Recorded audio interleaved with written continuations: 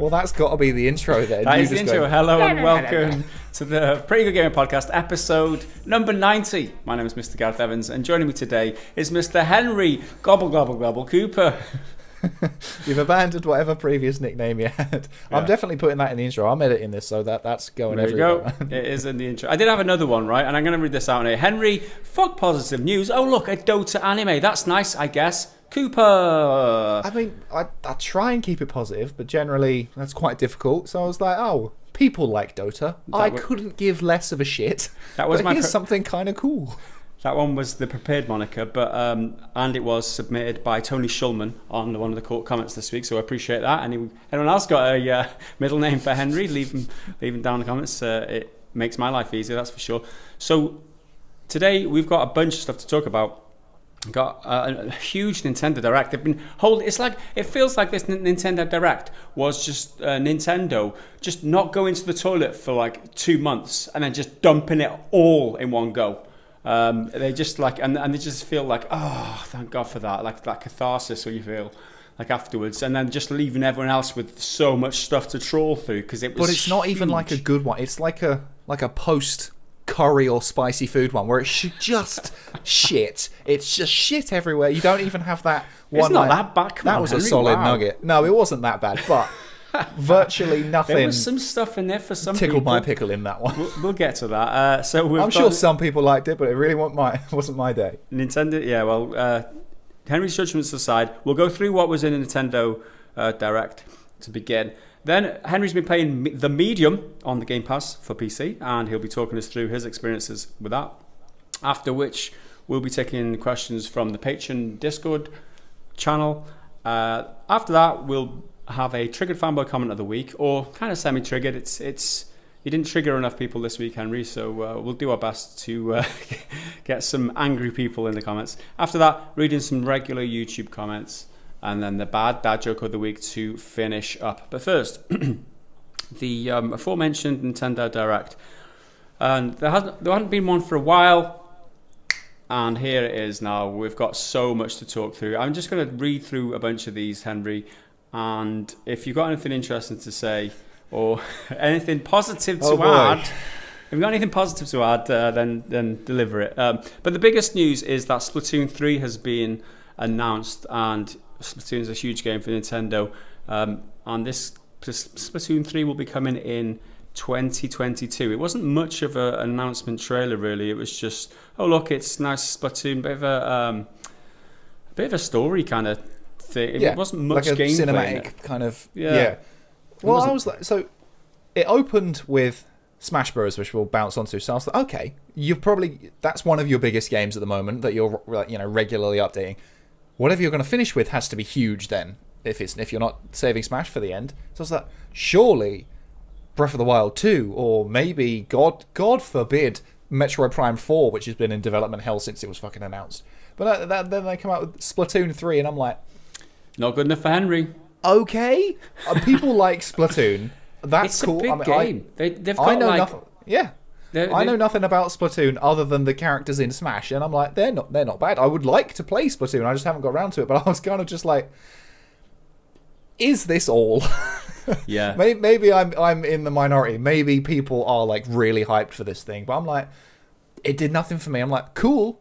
But as the last one of the showcase, I was a bit like... You're not a Splatoon player, so that kind of explains it. And I'm sure people who like it are really excited, so and that's cool. To get a new announcement of a game in a franchise that you're already connected with, it's big news for some people, Henry. We're not all as boring as you, just because you don't like it, man. I mean, just because the whole fucking show was JRPG after JRPG. Yeah. And well, we're getting there. God almighty. A judgment-laden intro by Henry. We'll get to. Just hold your horses, dude. You can unleash hell as we get on. I mean, just let me get through it first. So Splatoon 3. I'm not interested. Henry's not interested. Henry's obviously made his feelings known. And it's not Splatoon 3's fault specifically. It's a new announcement of a game. It didn't really show much, but it's a game there that's still not coming for a year, and will probably still get take it or leave further. it. Take it or leave it. And the aforementioned Smash Brothers Ultimate was featured as well. It was at the very beginning. Pyra / Mythra are joining the roster. They originally featured in Xenoblade Chronicles 2 as main character Rex, 2-in-1 ally Pyra Mathra. Right, so they will be coming to Smash Bros. In the near future. They're just not telling us when. And that's it. Is that of any interest to you? You're a Smash Brothers player. I mean, yeah. I will get them because I have the Fighter Pass already, so that'll just be like added on. So that's cool, and they're new people. But I'm like, no one. I don't think anyone asked for this. But I'm like, that's literally what everyone says every time. No one asked for that character. But at the same time, I absolutely love it because I don't care about these characters. I don't think most people don't care about these characters, but they just do what they want, and I love it. Like the lead developer Sakurai, he just doesn't give a shit. He's like, here's a cool sort of anime-esque character with a big sword. I'm gonna put him in. Fuck the lot of you. I'm making the game I want, and I love that. He just doesn't give a shit. That's the criteria, isn't it? Like, how big's your sword? Is it bigger than your character? Yeah. If it is, then you're in the game. I mean, no-brainer characters like Crash Bandicoot. He seems so obvious to put in the game. He's an icon, and he's like that kid-friendly kind of vibe. I mean, you're not going to fucking put Kratos in there, are you? But out of the blue with a random Xenoblade Chronicles character, a game that's like there's not a new one immediately coming out or anything, so it's not like it's a cross-promotion thing. They've already got a Xenoblade Chronicles character in the game anyway, so it's not like it's a new IP. Yeah. But I mean, they're probably going to be cool. The sword characters, because there's millions of them, are normally my favorite in Smash Bros. I'll probably have a good time with it. But, I mean, I don't care about those characters. No one cares, but it's hilarious. You will when you play them, Henry. All right. Exactly. I'm sure they're going to be fun. The third biggest, let's say, because those were the two biggest announcements, if you can call it like a DLC for Smash Bros. A big announcement. Yeah. Another big one was Legend of Zelda, Skyward Sword HD. So this is the re-release of a 2011 game which came out on the Wii. It featured like movement combat, so you could like swing your sword and put your shield up, and they're bringing that to the Nintendo Switch now too, although you can use the movement combat as well as just like regular controls now too. So it boasts 60 frames per second.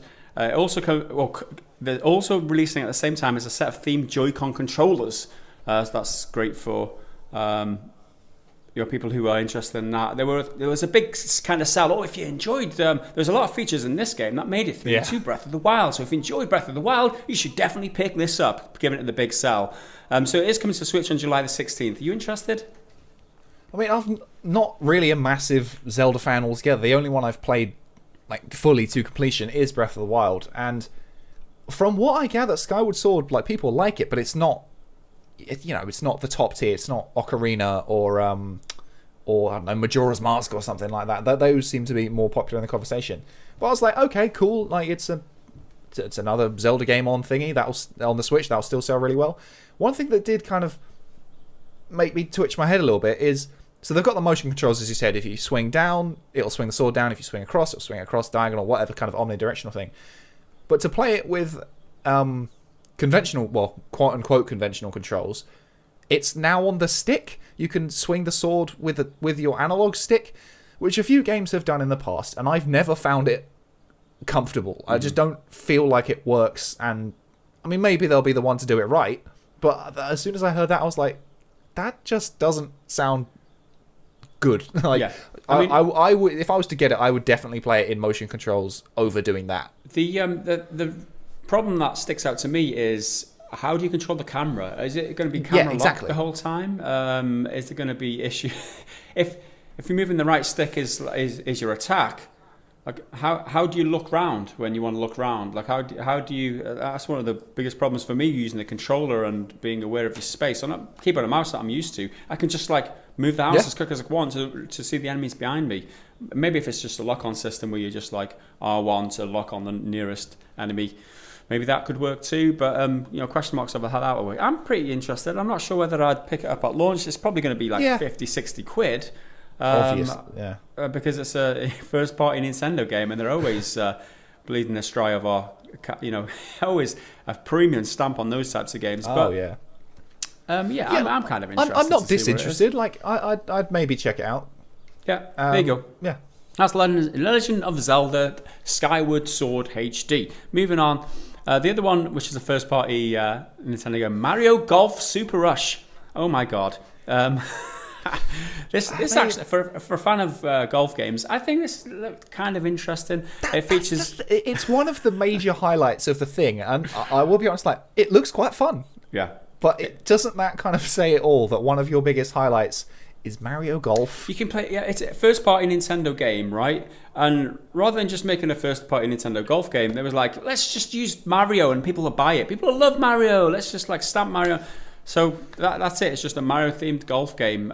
So it features local and online multiplayer modes. A game mode called Speed Golf, which it's always your turn. So you swing, you hit your club, and you just run to the next position, and then you swing again, and then you're running. Fun. That'd be quite fun, and you can collect stars and stuff. So you become, so you run into people and like knock them over or something. I don't know how it works. There's bananas in there to throw in front of people's balls. Yep, it's the bullshit Mario Kart level of competitiveness where like you can just fuck up someone else's day. It doesn't matter if you're winning. I'll just hit you with some bullshit. But that could be fun. Yeah, that could be fun. Yeah. There's also a story mode too, and that kind of reminds me of Golf Story, which is one of my favorite games on the Switch, like a RPG themed golf game kind of thing, which is, it's not quite the same as Golf Story. It's not quite as curated. You use your me character to level up and compete against the challenges and stuff like that. But there it is. June the 25th is when that is releasing, and I'm kind of interested. Again, I won't pay 60 quid for it. I might pick it up on a 10, 20 quid bargain bin, but then again, it might never happen because it's a Nintendo first party game. Yep. So moving on. Project Triangle Strategy. They haven't got a name for it, so this is the working title. But it's a triangle because there's 3 different options, and it's a strategy game based on a triangle. So they called it Project Triangle Strategy. What else would you call it? This is a Square Enix game, and it's a tactical RPG, one of many which featured in the Nintendo Direct. There is a free demo available for it right now, so if you want to check it out. It will be released, though, in 2022. So take that as you will if you want to try this upcoming Square Enix tactical RPG game.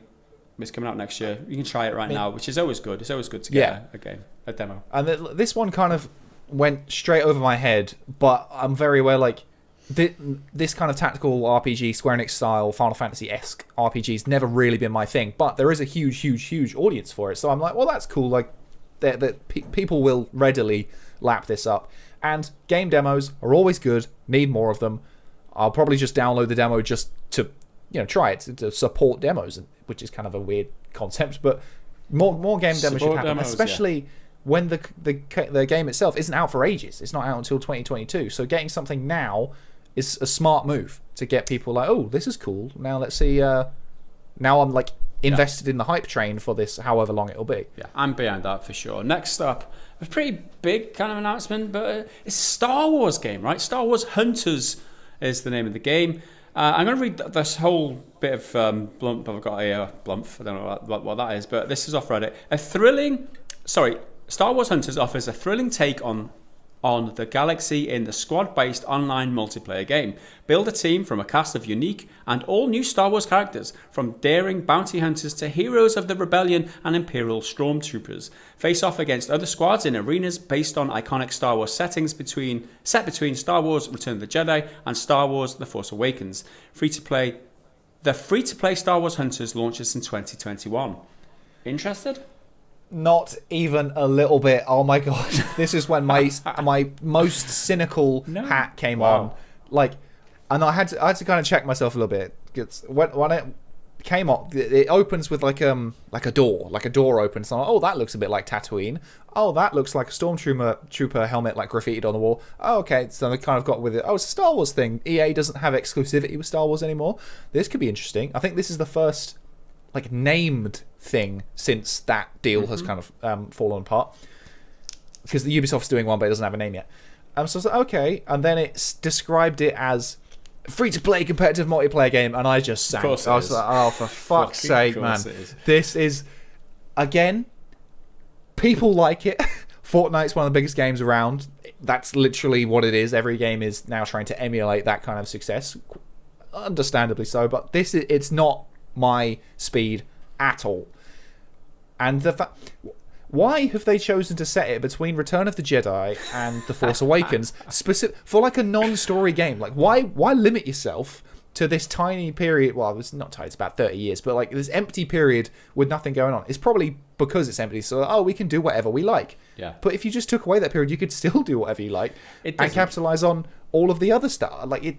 I don't know, man. Like, you know they're going to bring all the heroes in anyway. It doesn't matter what period it is. So what's the fucking point? It doesn't matter what period it is, man. God almighty. I played Battlefront 2 last night with one of the patrons, just in the co-op mode, which I think is way fucking better than any of the normal multiplayer, because their progression is whack, and the more you play it, you just win. Like, you just get better stuff. And that was way more my speed. Playing cooperatively, with like just having a chilled out time. We sort of did the objectives, but it was mainly just killing stuff. That was fun. This free-to-play multiplayer thing, maybe I am prejudging it too hard, but all of those kinds of games, they're just not my thing. It's just not my scene. So we'll just see what the gameplay is like. There wasn't much there, I mean, it could be really good. It could, turn me ahead. Hopefully it features like a huge, quite a big production budget. So they've put some thought and some. It doesn't mean anything these days because they mainly just throw development into the microtransaction store and stuff like that. But hopefully you get a decent game out of it. It is free to play, but I mean it's worth trying. It's a Star Wars game. Yeah, it's free. On the Switch, I love Star Wars. There you go. I immediately said to my girlfriend after they announced it, I was like, "Oh, so it's basically Star Wars Fortnite." And she's like, "Well, why didn't they just put Fortnite Star Wars skins? Why don't they put Star Wars skins in Fortnite?" And I just looked at her and I was like, "They already did. They've done that. They've burnt that bridge already by putting Kylo Ren or whatever in it. So now they're just going to do their own version." But I know I'm being cynical. I know I'm prejudging it. Maybe it'll be good, but I just don't have a lot of faith. You're also channeling the inner thoughts of a lot of viewers as well. So I hope so. I'm glad you are here serving a purpose. Next up, Monster Hunter Rise. Which is a new Monster Hunter game. This is coming March the 26th, though. This is pretty soon. Not really much to say about it. It's got monsters, and you're hunting them, and the game's coming. It looks like a Nintendo Switch game as well. I mean, it looks like it was. I don't know the specifics, but it looks like it was developed for the Nintendo Switch because obviously limitations of the hardware. It looks like it's not like a huge release further. I don't know, to be honest. Is it coming? There's two at the moment, and I get them mixed up because they announced them at the same time. There's Monster Hunter Rise, and then there's another one. One is exclusively for the Switch, and I think the other one is coming to the Switch first. But like Monster Hunter, like it looks cool. When it came on, I was like, "Oh, this looks interesting." And I always like the look of Monster Hunter, but I never really jump into it because there's so much there. Like Monster Hunter World, I was like, this looks really cool, but fuck me, there's a lot of stuff to get your head around. So like, maybe eventually I will. One thing I think I picked up is this is running on the RE engine, which is like it did Resident Evil 7, 2, 3, and is doing 8 as well. But also did Devil May Cry, and is a absolutely gorgeous engine. Like it's one of the best looking ones around right now. So I was really impressed that they somehow have managed to get that to cooperate and work on the Nintendo Switch. So maybe that's a sign of more RE engine games coming to the Switch, like Resident Evil 2, which was my game of the year for, when was it, 2018? No, 2019. Maybe. But yeah, more stuff to come. Capcom seems to have a really good relationship with Nintendo at the moment, because there's a few Capcom things in this Direct. So sure. So there's a bunch of other... I'm just going to dart through them now. If you've got anything to say, feel free to interrupt me, Henry. So otherwise, we'll be here all day. So next up is Miitopia, I get that right, which is a hilarious adventure with friends, family, anyone you choose, apparently. I'll be the judge of whether it's hilarious, thank you very much. It's coming out on May the 21st. I don't really know much about that. You can customize, expanded customization, including wigs, makeup, and making your Mii characters look fabulous. More fabulous than ever. There you go, if that's your type of thing.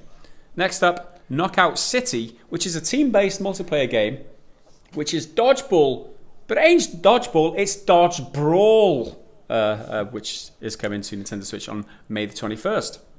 This one did look pretty cool. Like, I don't know if I'll, ever buy it or whatever, but it did look interesting and very Rocket League kind of vibe with the extreme sports kind of thing. But yeah, I thought it looked kind of cool, but I don't really know anything else about it. Yeah, I want to check out the reviews around launch, that's for sure.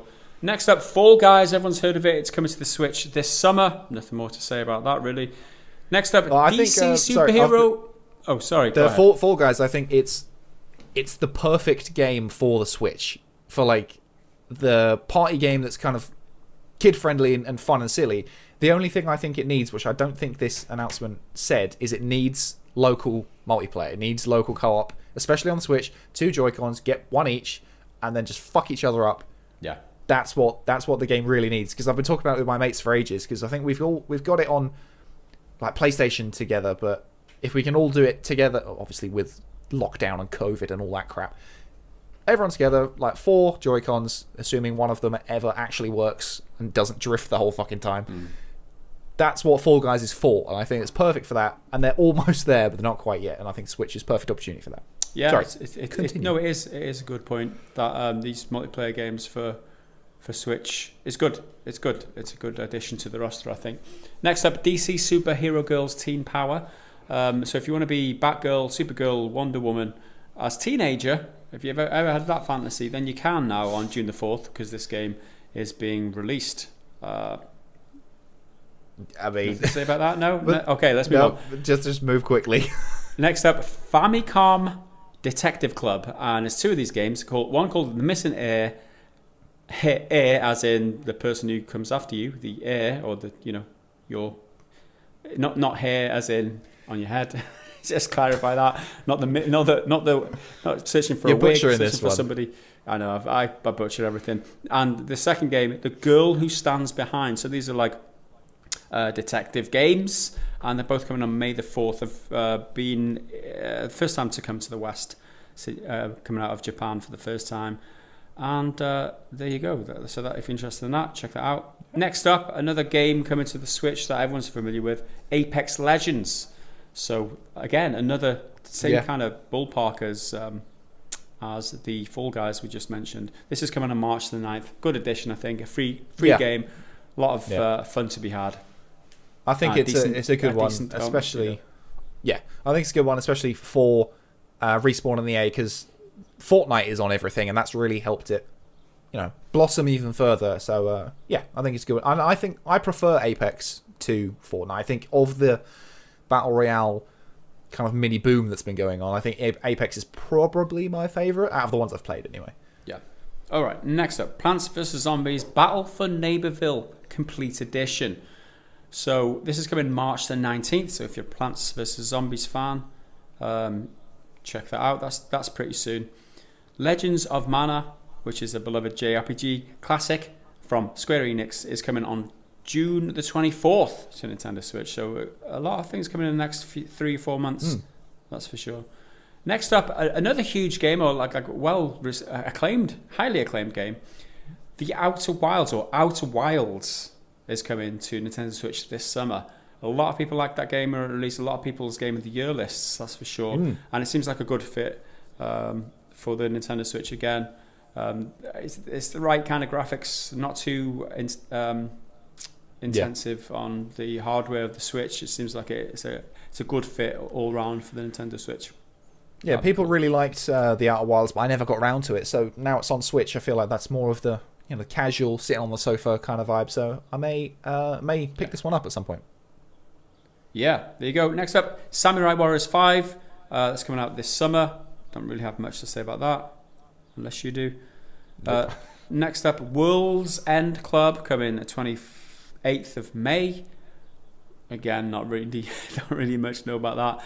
And then Animal Crossing New Horizons has some DLC, and it's coming on February 25th, which is in a week's time, and it's Super Mario Brothers themed. So it's inspired by the 35th anniversary of Super Mario Brothers, and it's basically just a bunch of... It's got a free update, but it's a bunch of DLC in there too, which you can probably buy. So that's, they're just trying to make money out of you, aren't they? What, they leaf coins or whatever they're called? I don't know what it is, but it's It's Super Mario themed, and it's going to cost you some money in the long run. Next up, Hyrule Warriors Age of Calamity, and this is 2 expansions or 2 waves of DLC that are coming to Hyrule Warriors Age of Calamity. So there are new added character stages and more. The first one's coming in June, and the second one coming in November. The expansion pass you can buy, which includes both of DLC, for $20, and there you go. You also, I'm not going to read out that because that's just marketing bullshit. So you get early access. You get bonuses for ordering early, which I'm not ever going to promote. Next up, Ghosts and Goblins Resurrection. So this is a new game. Features local co-op play. So the co-op mode. In the co-op mode, you can be Barry, who defends the character. You can be Barry for defense, Kerry for transportation, or Archie for bridges. So you can't play like 2 playable characters. You can play one main character and then a support character, which does those things. That's coming out February 25th, which leads us on to Capcom Arcade Stadium, which is out now. This is basically a collection of Capcom arcade classics. You can get one for free called The Battle of Midway, and then on top of that you can purchase different packs of games. Ghosts and Goblins Resurrection, which is like an add-on to your collection. That's part of it. There's a bunch of other Capcom games. You name them all. Capcom with the main lot of arcade games back in the day, back in the 80s, 90s.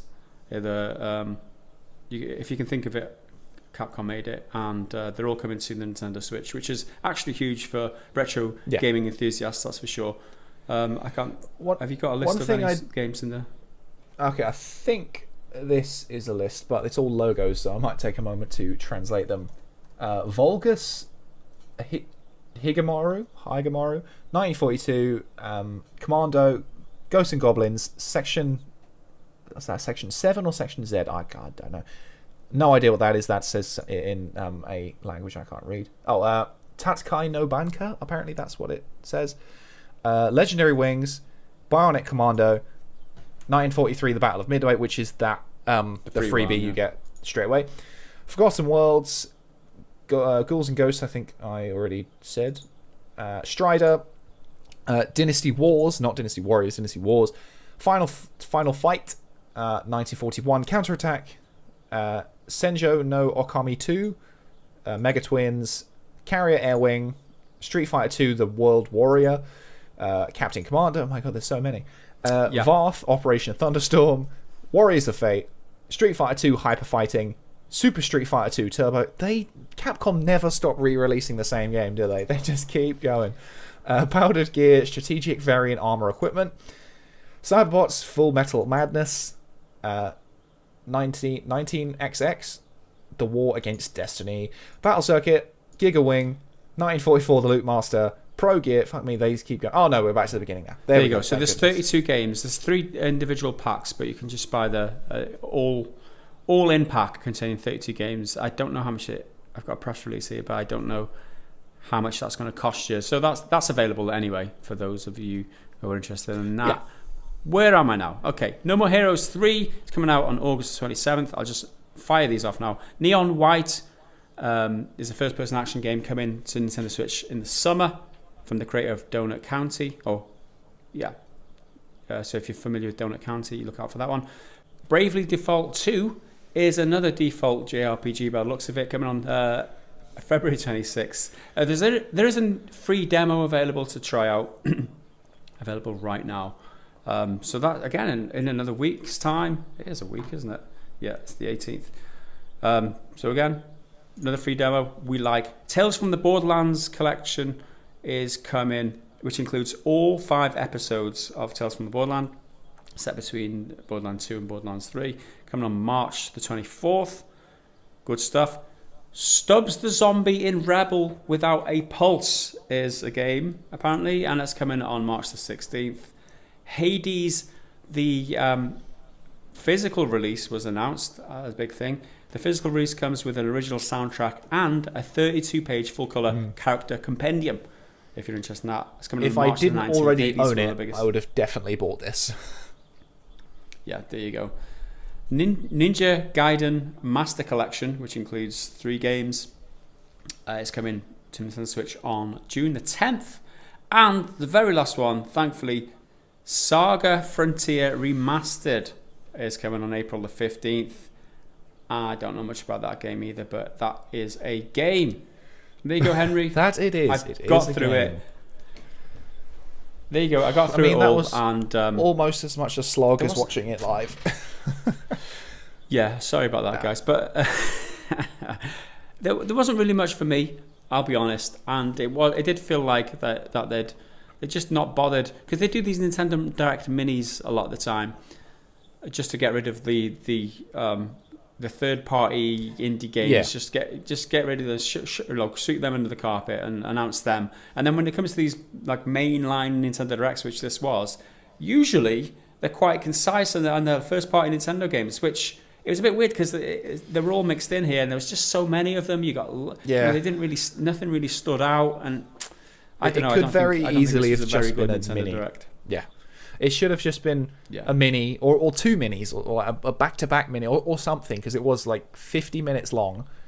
So there was quite a lot of stuff, as I'm sure you could tell. We just read out a million different games. But there was nothing... There was no showstoppers apart from maybe Splatoon, like, because they finished with it. And people do seem to be happy about it, which is awesome. But, like, it's not, a really big talking point. Like, It's I don't not a think sports anyone's story, gonna... is it? You know what I mean? If they come of out with a course sports not. story and announced and to release, then it'd be a different story if you expect, if you pardon the pun.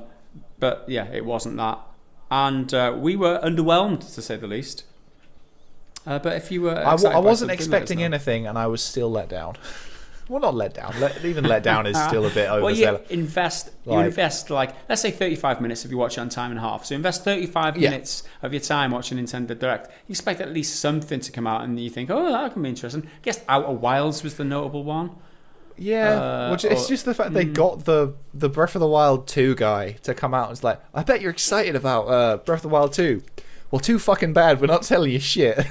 We're not telling you a goddamn thing. I actually appreciated that, because I did. It was better than not saying anything. Yeah, he was there to announce the Legend of Skyward Skyward Sword, and instead of just saying, by the way, it's Skyward Sword, and not talking about Breath of the Wild 2, which would have angered that would have been people. like He a was bait like, and switch.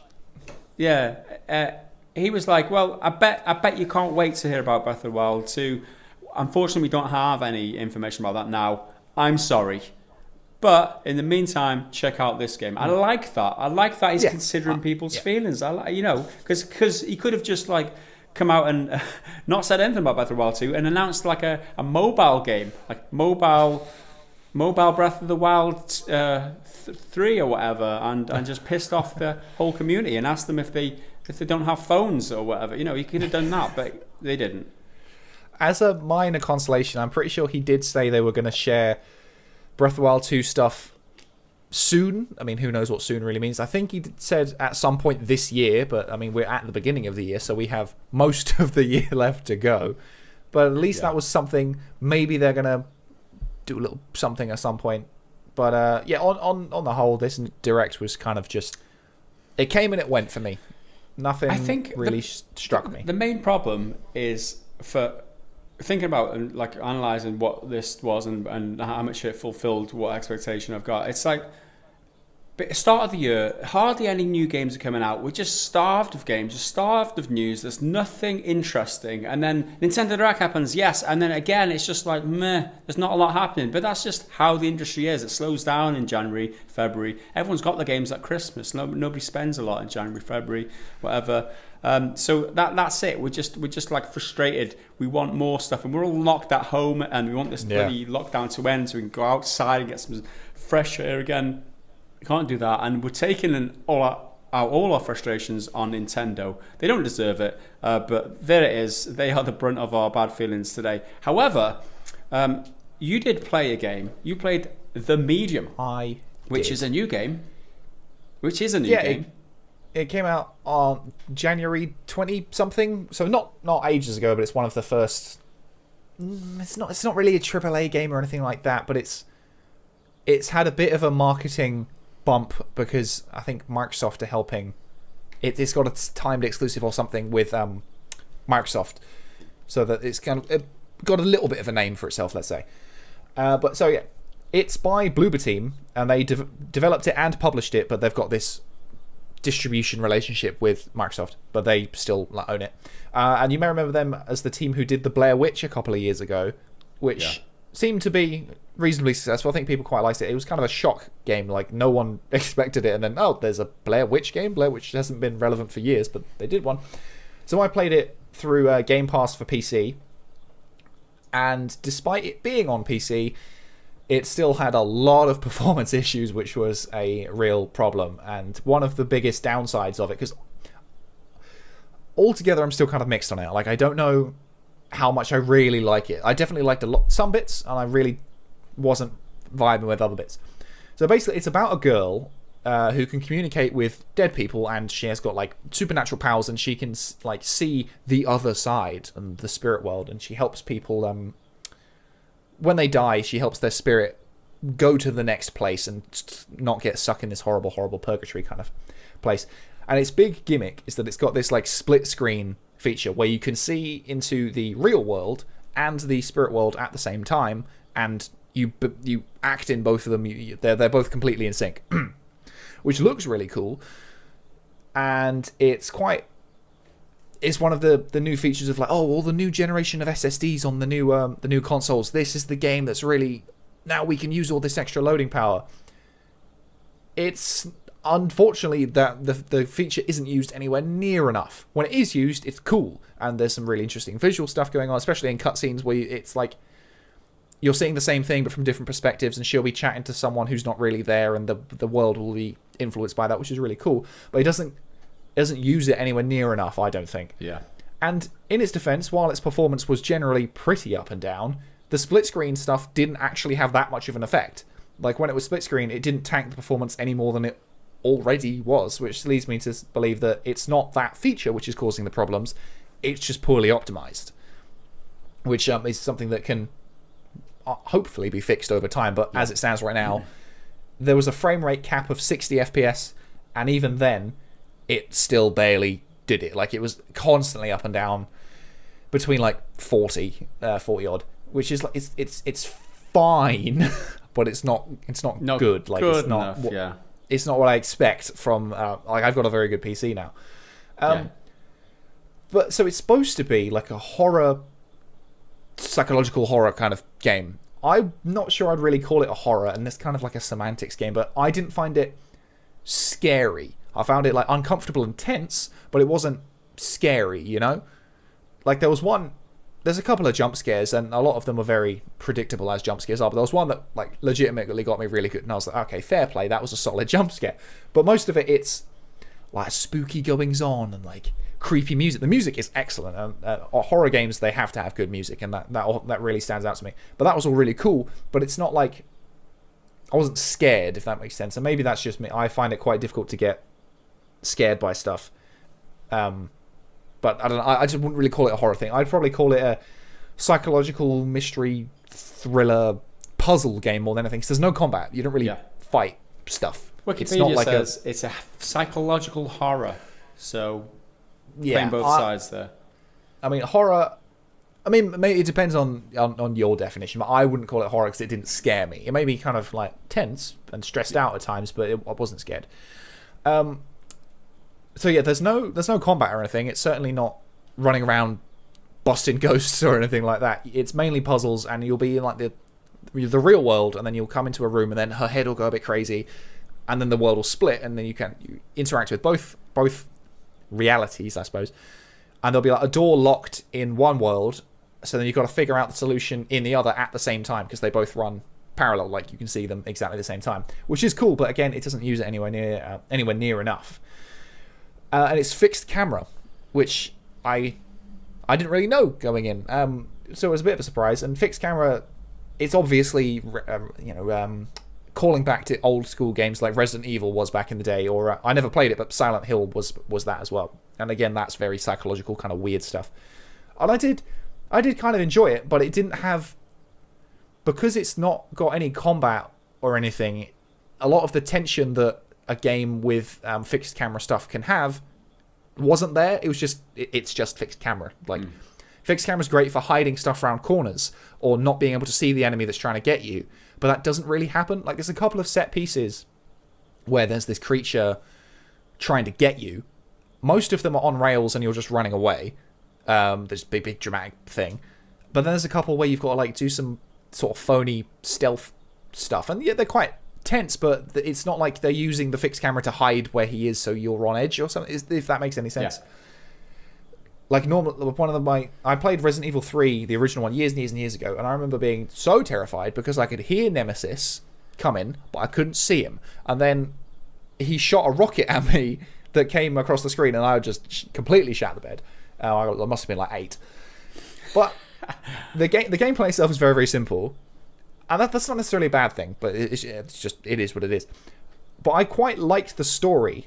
Like, it deals with some very, very serious and mature stuff, and it handles it well. Like, I don't want to spoil anything because and a lot of it's quite unpleasant. The game even has a trigger warning at the beginning because some of the stuff's pretty ropey, but like, it deals with trauma and like an abuse, and it doesn't ever glorify it or even really sensationalize it. It's like, this is bad, this is really fucking shit, this character's been through this and this may explain why they are the way they are now, and that was this behavior in this person was caused by behavior in another person. It's all this like cycle of trauma that they're all broken people, breaking people, basically. And I thought that was really cool. And the story itself is told in quite a deliberately like fragmented, fractured way, which again I kind of liked, but it took a minute to kind of get on board with it, because your character, she's like an undertaker, or she works at an undertaker's, and because she can help people pass on, she's at the funeral home, and then when they die, she can say la-di-da, blah, blah, blah, go be free, go to heaven, or whatever. And then she gets this call out of the blue to visit this old like hotel resort thing, and that'll like solve all of her problems. Like, why is she the way she is? Why is she this medium who can speak to dead people and whatever? So she does that, and then you kind of find out what happened to this holiday resort thing, because it's a fucking shithole. Like, it's falling apart. Everything's like rotten. There's rain coming over it, exposed, the broken shit. It's a dump. And you kind of slowly figure out what happened there. But a lot of it's through like reading notes from people you have no idea who they are. But then when you these are clues and you sort of put them together yourself, the game never tells you anything like that. It's not like, here's a note from person A, here's another note, is this from person A too, or is it from person B? Can you, like, you just kind of get a feel for, oh, this is this person, and later on you maybe meet them, maybe you don't. And I think that was really interesting, but it did take me a minute to kind of get on that wavelength of like, you're giving me so little information, I don't really know what's going on. And then it kind of started to work for me. I don't really know how to describe it. It took a moment, but then I got with it. Yeah. And I really, really like the ending. Unfortunately, it is just in a cutscene, but it's the most interesting use of the split screen mechanics. Everything comes together. Most of the mysteries are being answered, and then there's a split screen, so you can see the real world and the spirit world, and it all kind of meshes together. And it's this big crescendo moment of all of this horrific stuff you've read about, and some of it you've even experienced. And I thought that was really, really cool. But then I was just like, fuck, I wish this was a gameplay thing. I wish I had more agency, because the game is so linear, which again, there's nothing really wrong with linear games, but in a focused space like this, you're in the hotel for basically the whole game, but you can't really explore it. Like, you go where the game wants you to go, and it funnels you really down. And I think it's just kind of antiquated now, when we've seen games like, even Resident Evil back in the day, Resident Evil 2, you would explore and crisscross around the police station. You'd open doors and it'd give you shortcuts and stuff. Yeah. I think something a bit more expansive like that, giving the player a bit more control, a bit more agency, would really help. Because most of the stuff you find, like the notes and stuff, you have to find them. It's not like it's sneaky stuff that's hidden off the corner like an Easter egg. Oh, this is this interesting little tidbit. You're in a room, there's one thing to do in that room, and that's pick up this note and read it. And then interpret who that person is maybe and what role they play. It's very scripted and linear, and I just think it could have been more, especially with this interesting mechanic of being like split screened in two realities. I think it could have been more. So that's what I mean. I'm kind of in the middle on it. I mean, there's some really cool shit in it, but I want it to be bigger, you know? Yeah, I understand that. Is that maybe a symptom of because it's not quite a AAA developer and they had certain limitations of development that they maybe had to... I mean, think about the split screen thing and the fixed camera. The reason why they would choose that, to add psychological tension, and you can see that working because it worked so well in the other games you mentioned, Resident Evil in the past and that. But I think too, in order to fully realize like two immersive game worlds and be able to control one and have them both on screen at the same time, be able to look wherever you want and like action coming at you or whatever speed, you can imagine that's going to take a lot of development resources or hardware resources, which maybe was a limitation or limiting factor with why they decided to go with that fixed camera. And you said you said the performance wasn't great. It's as it was, so maybe a lot of this speaks to the fact that they're not a huge development studio. Yeah, they're definitely a small team, but I like the fixed camera. I thought it was cool. Like I like those old school Resident Evil games, but I kind of wish that they could use it more. Like I'm not saying change it from fixed camera, keep fixed camera, but lean into its strengths a bit more. And obviously that's everything I'm saying now is easier said than done, especially for such a small team. But I know hide secrets that I can't see and. Just thinking about who these are, number of employees under 100. They are Blooper Team, right? Polish video game developer based in Krakow. In the past, they've done Layers of Fear in 2016, Observer in 2017, Blair Witch in 2019, all of which are psychological horror, apart from Blair Witch, which is a psychological survival horror. So they pretty much do what they do. I like the fact that this game does something different. Yes, I definitely. like that this game comes up with a different premise where you've got like these there's two different realms on the screen at the same time. It's interesting and it's worthy of notes because they're not just following the same blueprint that other developers follow, especially these mid-tier developers where they see something that's working really well in the games industry and it's like, let's just do what they've done and we'll get success. There's no guarantee of success by doing something new like this, and I like that they're trying it. So I think we should support it on that fact. Oh, definitely, for sure. Just understand what it is. It is cool. AAA. Yeah, it's not. But the split screen thing is really cool. Like when they do it, it's really interesting, and it's got this. When she does it, she has like a headache and she like screams, and there's this really horrific, piercing scream thing that happens when it like rips apart. It's almost like the world is being torn apart, and that really adds to the stress of it because like you'll be exploring this hotel, you'll find an important item or something, or you'll trigger a memory. So there are certain objects you can interact with, and you like find a crack in them, and then you hear like an audio thing of something horrific that probably happened because nothing good ever happens with these things. It's like, it's a teddy bear. What's the teddy bear? Does someone give it a cuddle? No. They got the little girl was beaten and her blood covered it or some shit. Then the world will like split, and then you'll figure out in the spirit world, I keep wanting to call it the dream world, the spirit world, what actually happened with this object, and you can see and hear kind of fragments of the truth, and then when you come back into the real world, you can use that to inform what's going on. And much of the game is told in like past tense. It's like she's narrating over it. So I think that it can lead to a lot of like exposition, but I think that was quite a good decision to like have her almost narrate what's going on and kind of like a monologue kind of thing, like hearing what she's thinking about stuff. I think that was quite cool. But it's mainly just her. It's pretty much just you alone exploring shit, being like, damn, that's pretty fucked up. Like, there's some real bad shit, and I'm really glad that they handled it really well, and they had the confidence to try something so mature without it trying to be edgy. And like, oh, look at us, we're doing this. This is the focus of our game. It's going to be about this horrific tragedy that happened. But instead, it's like, well, no, we're going to do a psychological horror. That's what it's about. And it's informed by this other stuff that's horrific. But that's not the focus. Yeah. And I thought that was really cool. They handled it really well. Especially for a Polish game in the Polish language and then translated, obviously, into English and then handled like that. Yeah. You know, that makes sense.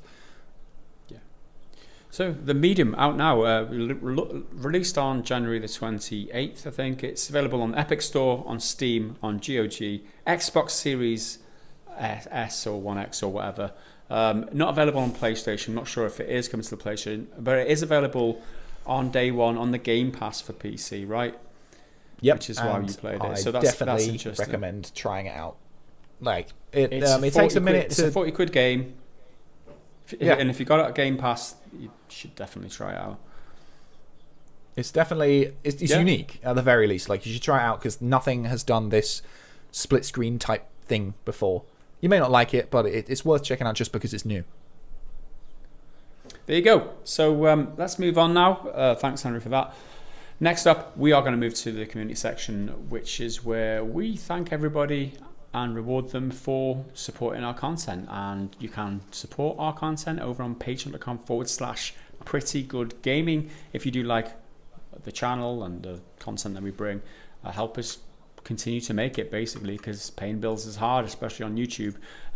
So some of the rewards you get early access to this podcast, you get access to the Patreon-only Discord section, and you get your name read out on this podcast. So I didn't do it last week, and we didn't have a podcast for a while before that, so I've got a bunch to read out today. So $12.76 per year was pledged by Araziel Shadows.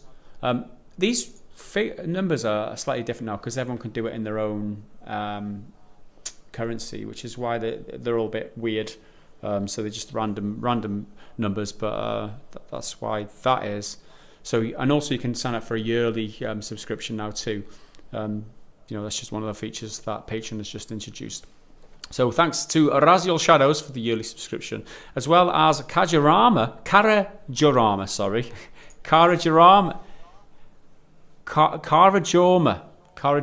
I'm sorry I butchered your name, but thanks for the yearly pledge of $10.80.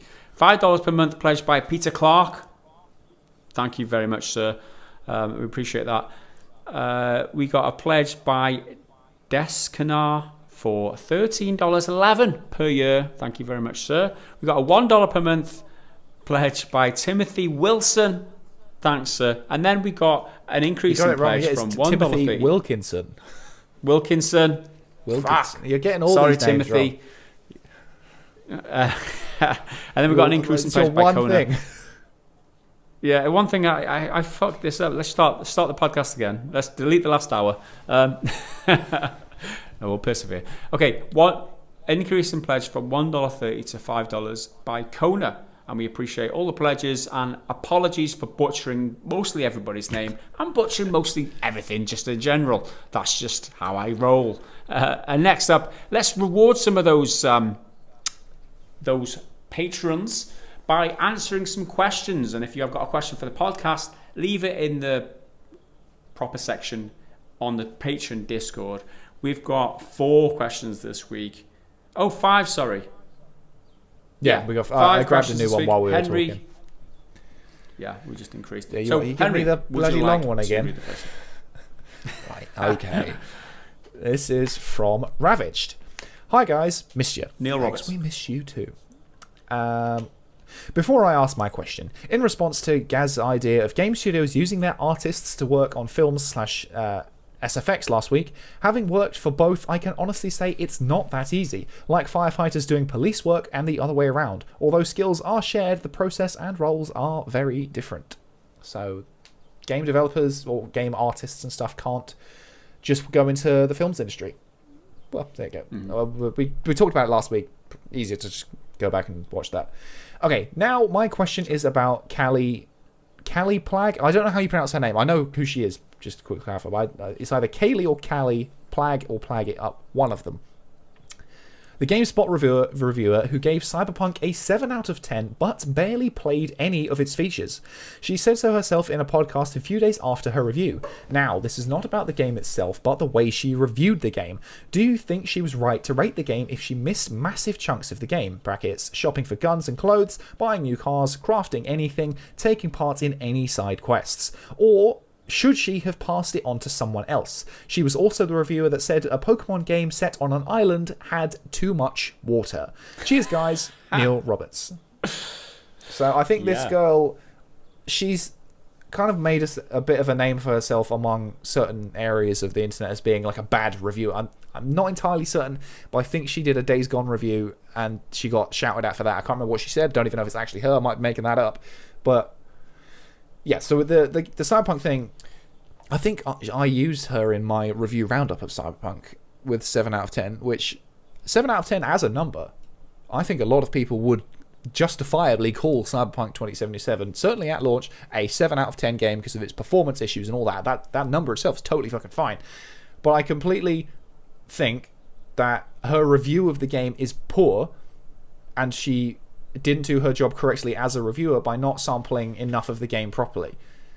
I mean, I just don't like whenever I'm doing a review, even if I've been if I don't want to play the game anymore, you've still got to do stuff. I'm not saying you need to 100% it, but you need to sample everything. Like crafting, it's a useless mechanic in Cyberpunk 2077, but you wouldn't know that if you didn't do it. Like I've done crafting a bit, and I was like, oh, let's get a cool gun. It's actually worse than any gun I can just find. So it's pointless, it's a waste of time. And that's part of the reason reviewers exist, is to inform consumers about the game. It's just facts. Here's what this is like. Do you need this? This feature isn't quite as well realized as it should be because it doesn't mean anything and that you don't get anything out of it. So what's the point? Just don't bother. And I totally understand if she didn't want to play it. But if you're these big publications, kind of her they job, are though, right? Yeah, these big publications are assigned it. Like I'm sure a few people will be like, oh, I'll do Cyberpunk review, and then they'll get given it. But sometimes you're just given a thing to write, and you have to do it. And I think she just totally dropped the ball for doing her job as a reviewer. This isn't a criticism of her as a journalist as a whole. I don't know enough of her work or anything like that. But to me, that's a fail of a review. And should she have passed it on to someone else? Yeah, probably. Or she should have just done it herself. Like, you may not like it, but you have to do it. You know? Yeah. I think the main... There's a lot of things that it kind of raises here. I think the fact that she's paid to do a review, whether she likes it or not, is one of the issues, because she obviously didn't enjoy the game and didn't play it to its fullest because she couldn't be asked, right? If you like the game, you could be asked and you play it. Like... The fact that these reviewers have got like a certain time schedule to get the review out by, and if you're having to blitz a game that you don't really like, you can see her not wanting to play it, and that can be an issue. The other thing that it brings up is like people have to realise that reviews aren't the be all and end all, right? A review is one person's opinion, and it doesn't really matter what one person thinks about the game. And you should take it all in context. If someone's getting angry with her over a review, just allow her opinion about the game, and don't get angry about it. Yeah, all right, she's paid to do it, but she's also in the unenviable position where she may have to play a game and blitz a game where she doesn't really like. It's like torture to I can't imagine being forced to play a game that I really don't like. All right, she's giving Days Gone a 5 out of 10. I don't agree with that. I'm not going to hold her against her. It just means she didn't like the game. So what? It doesn't mean that I have to get angry with her, and it just means that she is not the kind of reviewer that I should be listening to, because the games she likes are not the same as the game I like. That doesn't mean that she's wrong, or I'm right. It doesn't mean anything at all. It means that I need to go and find a reviewer that better reflects the games that I like and appreciates the games that I like. I mean, it is what it is. There's a lot of lessons to be learned here, but she didn't do a good enough job She didn't play the game enough in order for me to appreciate her review. So therefore, I'm going to take her review with a pinch of salt. I'm going to ignore her review. That is the end of it. I'm not going to get angry with her. I'm not going to start shouting at GameSpot or whoever it was. I'm just not going to invest myself like that. There are more important things in the world to get upset about than this one girl's distaste for like adult games. So what? No big deal. And I think she got quite a lot of flack, if I remember rightly, when the game launched and this review made the rounds. Like, I mean, anytime anyone says anything, if you're at that, like a mainstream popular outlet, you're just going to get dogpiled by people like, I don't agree with what you said. But yeah, like if you don't, I think her review is poor, so I'm not going to, engage with any of her other opinions. That's it. That's the end of it. Bottom line, I don't need to listen to what she has to say. Move on with your bloody life. Yeah, there you go. So it's up to GameSpot whether they want to keep giving her those games. It's like she's in a bad situation. She doesn't want to play a game that she doesn't like. GameSpot are in a position where is it GameSpot? Yeah, it's GameSpot. Yeah, I think they should just trigger and raising the question also is should you always review a game in a genre that you traditionally like or enjoy? Is that logical? Would you rather somebody be more objective to a game in a genre where they don't usually play, or would you rather somebody review a game who are familiar with those types of games with the same kind of adult-y themes or whatever, whatever it is? As an example, is that important to you? I don't know. Is GameSpot responsible for this? I think as a reviewer, you have a responsibility to provide as much context for your review as you can. So if she doesn't like first-person shooters or Western RPGs, or she doesn't even like the cyberpunk genre, sci-fi stuff, whatever, I think it's your responsibility to say that up front. Be like, this isn't typically my kind of game, and that may inform why I do like it or why I don't like it. Like, I'm never going to review a JRPG because I don't like JRPGs. I don't play JRPGs. I mean, you could argue that Final Fantasy VII Remake is a JRPG, but it's not like a traditional JRPG. I'm not going to do that because I don't like those games. But if I had to, then you have to disclose that. So I think Assassin's Creed Valhalla review, I made it clear right at the beginning, saying my review, professional review, if that makes sense, of this game will be influenced by the fact that I had to review it. Like, my enjoyment of it is influenced by the fact that I had to play it to completion end to end. Because if you don't play the whole fucking game and you review it, you're a shit reviewer. That's the end of it. But I had to play that game quite quickly and came through it, and I liked it. I really liked it for the first 30 hours. Then after that, for the next 30 or 40, it didn't change. The game didn't improve. It got worse because all of the problems I had got compounded. And for people who say that there's no such thing as a game that is too long, you're wrong, because most of the games that you list, I've sunk this many hours into this game. Yeah, that's a game you fucking liked, if the Assassin's Creed Valhalla story is too fucking long because it's too fucking slow and it doesn't teach you anything new, doesn't give you new mechanics. And so I made the point to say that having to play it in such a focused time frame, that's influencing my review. One of my mates, he's playing it. He's been playing it since launch, and he still hasn't finished it because he does it a little bit at a time, and he's having a great time. So context like that, I think, is so key to highlight. Yeah. If she doesn't like Cyberpunk, that's absolutely fine. For sure. I think the more information you put, more information in the review about your personal biases and preferences, or what conditions you played the game under, that might affect the review itself. That's only going to help people. And the fact that she's maybe not disclosed that in a review, and then in a podcast a couple of days later she said, I didn't really play all the game, then that just sets alarm bells for me. It's I'm not going to read her review and take anything she says with any seriousness at all, because she's not the kind of reviewer that I appreciate, who appreciates the same kind of games as me. That'd be the end of it. Thanks for the question anyway, Neil Roberts. Let's move on to Simply Phil, who asks, aside from Total Warhammer 3, what do you think Creative Assembly are working on as they are doing another mass hire exercise and states it is a new IP? Could this be the first-person shooter they hinted at a while back? Well, Creative Assembly are known for their Total War series and all the grand strategy games of the like. We've heard a lot of them. Total War Warhammer was the third one's going to be released soon, but Medieval Total War was the very first game that I played on PC, and oh my god, it set me up for PC gaming my whole life. But I've played many Creative Assembly games in the past, but apparently now in 2018 and September the 1st 2018 they announced that they're working on a first-person shooter game, and they say the team behind Alien Isolation, which they created, and Halo Wars 2 are working on an exciting brand new sci-fi shooter. So that's interesting. Obviously, no word has come out since, or I haven't seen anything much talked about this game, but they are hiring now. So Simply feels excited by the sounds of it, and I am too, because I do appreciate a Creative Assembly game.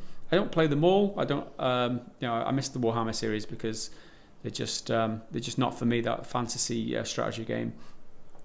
But I am interested in what they come up with in terms of first-person shooter, because that would be interesting. I wish I had more to tell you, Phil, or to speculate. But it definitely could be the first-person shooter, because it is a new IP which ticks that box, and they're hiring loads of people to. They're ramping up production by the sounds of it, and it's a game that they announced in 2018, so it should be due this year, next year. It takes 3, 4, 5 years to develop a new IP, maybe a couple of years more than that, depending on the size of the game, but it would make sense if that was the game. Any other thoughts that anyone's got? Leave us in the comments. Sorry, I think there's a delay today. I think we keep talking over each other, don't we? Yeah, I think there is a bit. It's probably Zoom being a little bitch as usual. I think the main Creative Assembly game I've played is Alien Isolation, and I love Alien Isolation. So if this new FPS is even remotely like that, especially because it's the same team, or some of the same team at least, then I'm definitely well up for it, because that game is just... That's a fucking horror game. That's a scary game. It's a chef's kiss. Exactly. Right. Am I the next? Yes, I'm the next one. This is Tons. So the Direct... I think we might have actually... kind of covered this earlier, but let's go for it anyway. So the Direct is past, and it wasn't that great. Naturally, gamers TM are upset children that they are. Yes, myself slightly included. But are they right to be upset with Nintendo? Did Nintendo create hype they didn't deliver, or do these children need to temper their expectations a bit? Because who doesn't love more anime sword boys for Smash? We've kind of jovially taking the piss out of it, but there are people who scream and shout and throw their toys out of the pram on YouTube comments and Twitter threads and stuff. But I think big reactions like that are often hyperbolic anyway and exaggerated. If you ask the person in the real world, they're probably not gonna go absolutely berserk. I mean, maybe some people. Yeah, true. All right, I take it back. I think he's doing a disservice to kids here, because I think kids love that. If I was a kid seeing that Nintendo Direct and I owned a Nintendo Switch, I'll be like really excited, like all these new games right now. Yeah, amazing. I think what you're talking about is man-childs, like people who are grown adults acting like kids, getting pissed off by a company on the internet. About mainly kids games. Let's be honest. I think. The majority of those the games announced on the Switch were geared towards and aimed, like Splatoon 3 for example. It's like kids game, isn't it? That's the way I think about it anyway. Maybe I'm wrong, but there is just so many grown man-childs, let's call them, who just need to learn to control their emotions a little bit better than worse than some kids are at controlling emotions, I think. I mean, it's easy to think that Direct was shit and not scream like a baby. I think we've proven that. Like, I thought it was shit, but whatever. Like, I'll carry on with my day. Yeah. There you go. Thanks for the question, Turns. Moving on, Marcus Hicks. Assuming that all upcoming 2021 games will stick to the release dates, which games are you looking forward to most and why? Ooh, do you want to go first? What have you got? Oh, you got to get a list up. I'm quickly doing a research. I'm not sure what games are coming out this year. That's the problem. Horizon Forbidden West is a big one. Halo Infinite, Far Cry 5, Deathloop, Resident Evil Even Village, Back 4 Blood, Ratchet & Clank, Little Nightmares 2 is already out, Gotham Knights, Monster Hunter Rise, Ghostwire Tokyo, Mass Effect Legendary Edition. Anything tickle you? I mean, fancy? From my it's kind of two at the moment. My number one is, well, my number one I don't believe is going to happen. My number one is God of War, but I don't believe that's going to come out this year. Horizon's up there, but again, I'm still kind of skeptical about Horizon, whether that's going to make it. So my current number one that I actually expect to happen, and the one I'm letting myself get excited about, let's put it that way, is Deathloop. I'm really, really interested in Deathloop. I've been kind of on that train since their first like CG trailer, because I was like, oh, in concept this is really cool, but it's by Arcane, and Arcane did Dishonored, and I fucking love Dishonored. Then they brought out some gameplay which was like it's a first-person shooter, but it's got Arcane's twist of making it kind of unusual and changing things. And I think it's a 8-minute time loop, and you've got to assassinate a bunch of targets while another assassin is trying to kill you and kill them. And I think that assassin can be played by a real person, so there's a bit of like PvP element to it, which sounds really quite interesting. And it sounds fucking awesome.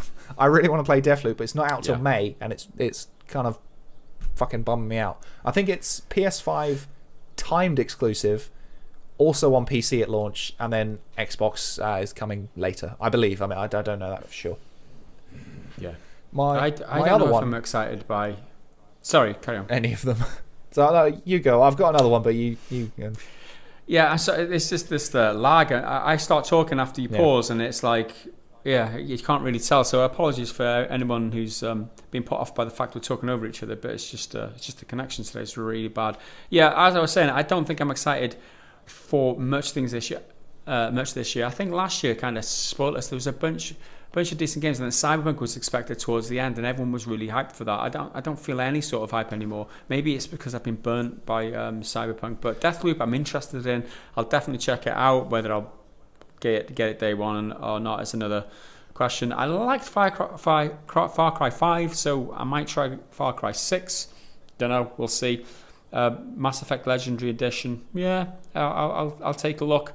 But Horizon Forbidden West, yeah, good. God of War, yeah, kind of excited. I wasn't the biggest fan of the other God of War. Don't lynch me for that. I just have a preference. I don't know. I'm just underwhelmed by the offerings this year. Maybe it's just me. Oh, yeah, I do feel kind of like that, especially at the moment where there's kind of not really much going on. But once the ball gets rolling, I think, once you've got your first like Game of the Year contender, that's when I feel like the conversation gets interesting. It's like, oh, this is the one. Now let's see if anything can beat it, you know? Yeah.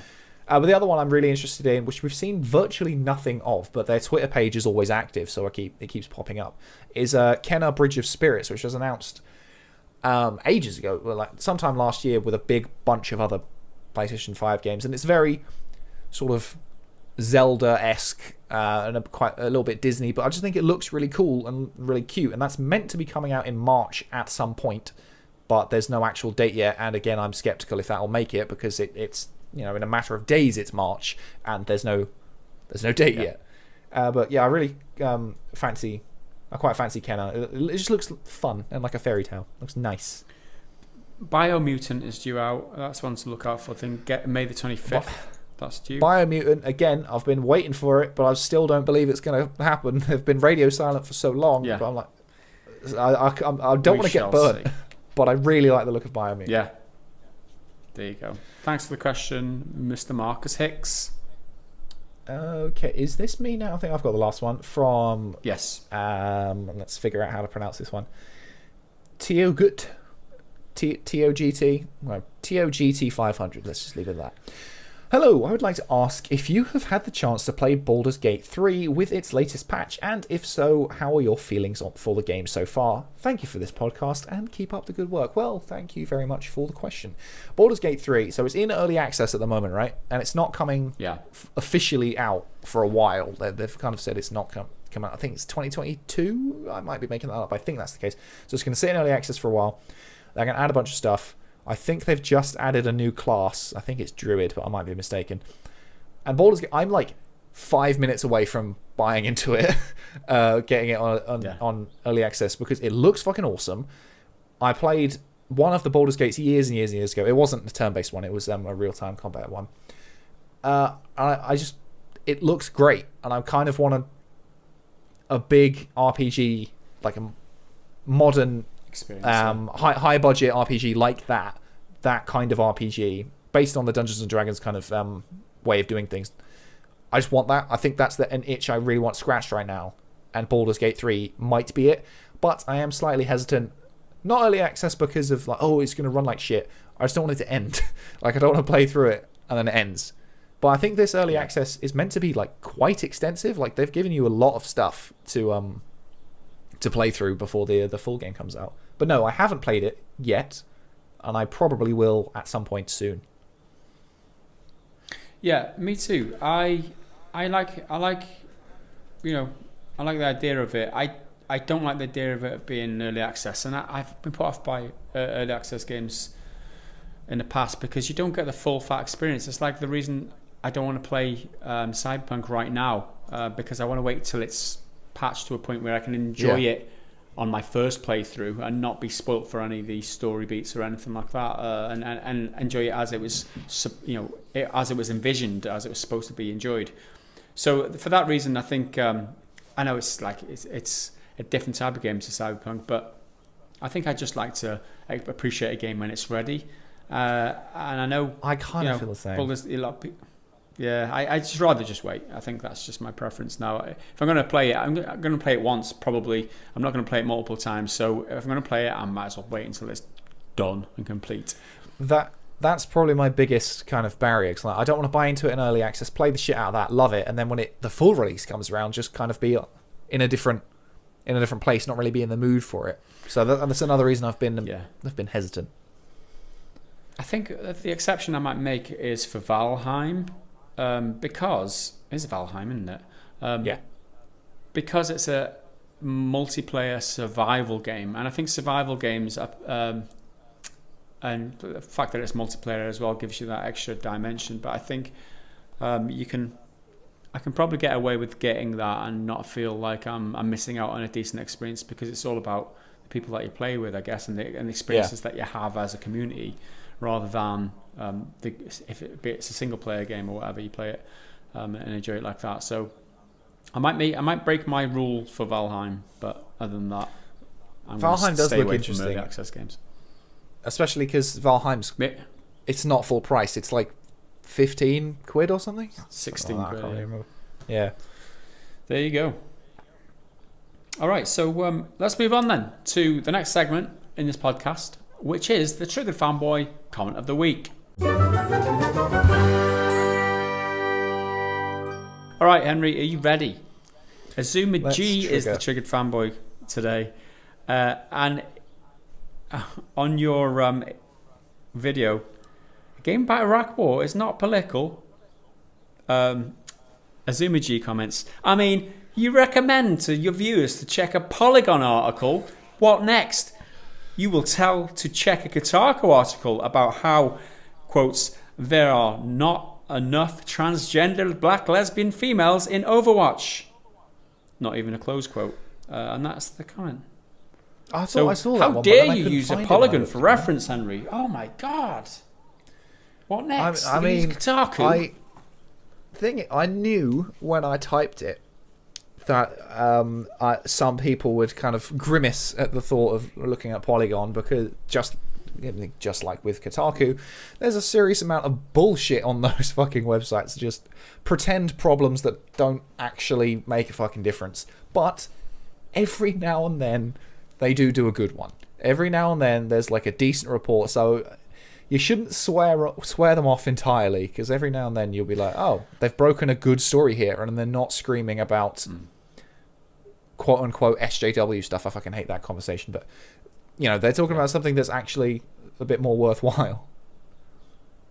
Yeah, I think to tar all the journalists with the same brush is a little bit reductive. I think there are maybe some good journalists at a bad outlet who sometimes come up with or even bad journalists who come up with a good story every now and then. I mean, I don't agree with everything that Jason Schreier says, but if in the majority he does good work. I mean, it doesn't mean that it doesn't mean that a bad Jason Schreier article would mean that Bloomberg are all bad. And when he was at Kotaku, he was probably the best thing about Kotaku. Yeah. So I think you should just take it without. Sorry, Karen. So all of the articles about what was his quote, black, gay, transgender people, all of those could be from like the same person who just that's their bubble, and you think all of that's bullshit. But the same outlet is also has this other person who does all of these good things, or more interesting things rather. So you shouldn't just swear them all off. But it's a general rule of thumb. I think it's fair to say, like, if you see a Polygon thing, maybe be like, I don't know, what's the real thing here? But that one is quite a good interview. Yeah, you should always assess everything on its own merits rather than think, oh, it has to be shit because of, some other journalist made a bad article from the same, or in general, those articles from that website are shit. That means that this one's shit. That's just a false assumption. So, take it as it comes rather than use the same brush to tar everybody. And that is didn't really have big triggered fanboy, but this guy was the closest thing. So, do you have any comments from this week, Henry? I've got a couple, but unfortunately, kind of fortunately, most of my titles this week were kind of like obvious, if that makes sense. Like, so there's that one about the Iraq War. Game about Iraq War is not political. Then about pretty much not all of them, but a decent amount of the comments were like, well, obviously it's political because of blah blah blah blah blah. And I'm like, we're on the same fucking page here, my dude. I'm about to say the things that you're currently saying. You just haven't got to that point in the video yet because you saw the title and stuff. Which is, I mean, it's a good thing for engagement. I mean, it gets people talking. But it was that across like 3 different videos this week. Like, can Hawkeye save Marvel's Avengers? There was a bunch of them being like, no. Long answer, no. Why would you ever think that? No. And I'm like, yeah, I know. And that's the point I fucking make in the video. We're on the same side. I just think it's really funny. But on that kind of note, here's one from Dom M on the video, which was Take Two Boss says single player is not dead.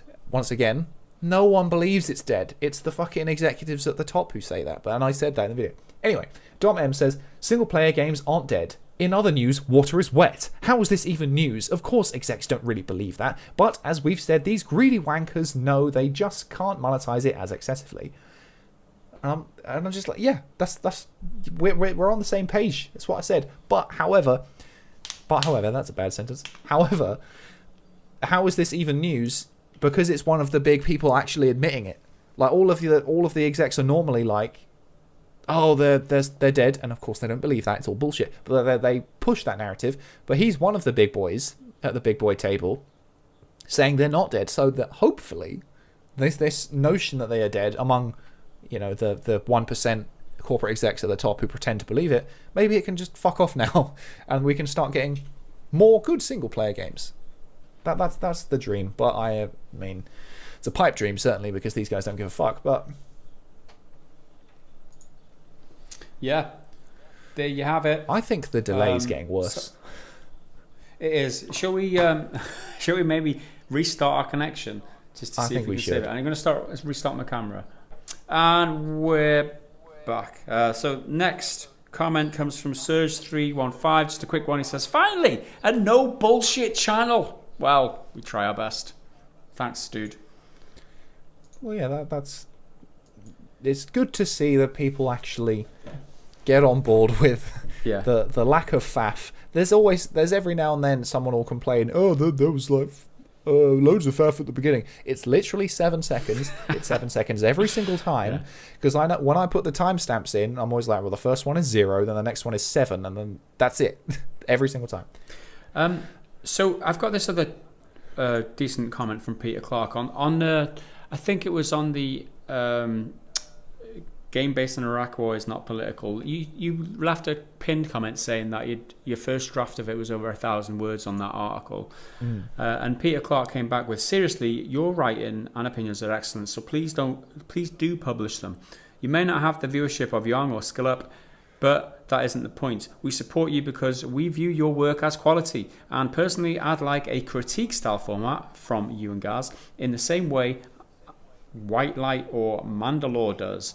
An hour-long vid of you picking something apart would be utterly fine by me.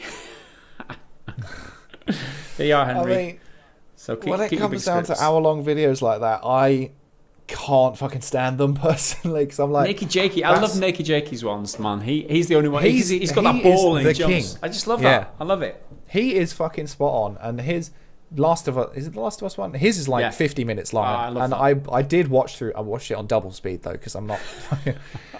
but I'm like, well, you see people... I don't even have any specific names because there's so many that do it. It's like, blah, blah, blah. The full review or the full critique or whatever, and it's like 3 fucking hours. I'm like, how did you even upload that? It's so fucking long. But with going back to that videos thing, it doesn't exist anymore. That draft doesn't exist because I changed it and moved things around and I cut it. I mean, in the end, I think it was still about 900 words anyway, so it didn't really shave much off. And it was... It's not like I made any good points. I cut out like fluff because that's why I made it shorter, because we can't have any faff. The closest thing to faff I will allow in my videos will be some stupid joke or a questionably funny meme. But yeah, thanks for commenting on it anyway, because I do feel sometimes like, oh, I wrote this really nice bit and it sounds cool as fuck, but it's there's no need for it. It's just patting myself on the back. It's like, oh, I can write a very good sentence. Yeah. I'm much better at writing than I am at speaking. I'm sure you may have noticed from my podcast ramblings. Yeah. You got any more comments? I have a couple. Where's the one I was looking for? Oh, this one's quick. From Can Hawkeye Save Marvel's Avengers? This is from Glenn Orpheus. Henry, when I saw the title of the video, I was expecting to just see you laugh out loud for 2 minutes. Well done for being diplomatic, though. Well, yeah, I mean, I could have done. That would have been compelling content, to say the least. But yeah, I tried to be nice in that one. I'm trying to be positive about the Avengers because I want to like it, but they just don't make it fucking easy. But in its defense, though, it does have a core fan base of people who watch the War Table streams and comment stuff and are in the live chat saying they're really excited. But there was a few comments on this video, people being like, where is it? There's none immediately in front of me, but being like, who even cares? It's only Hawkeye.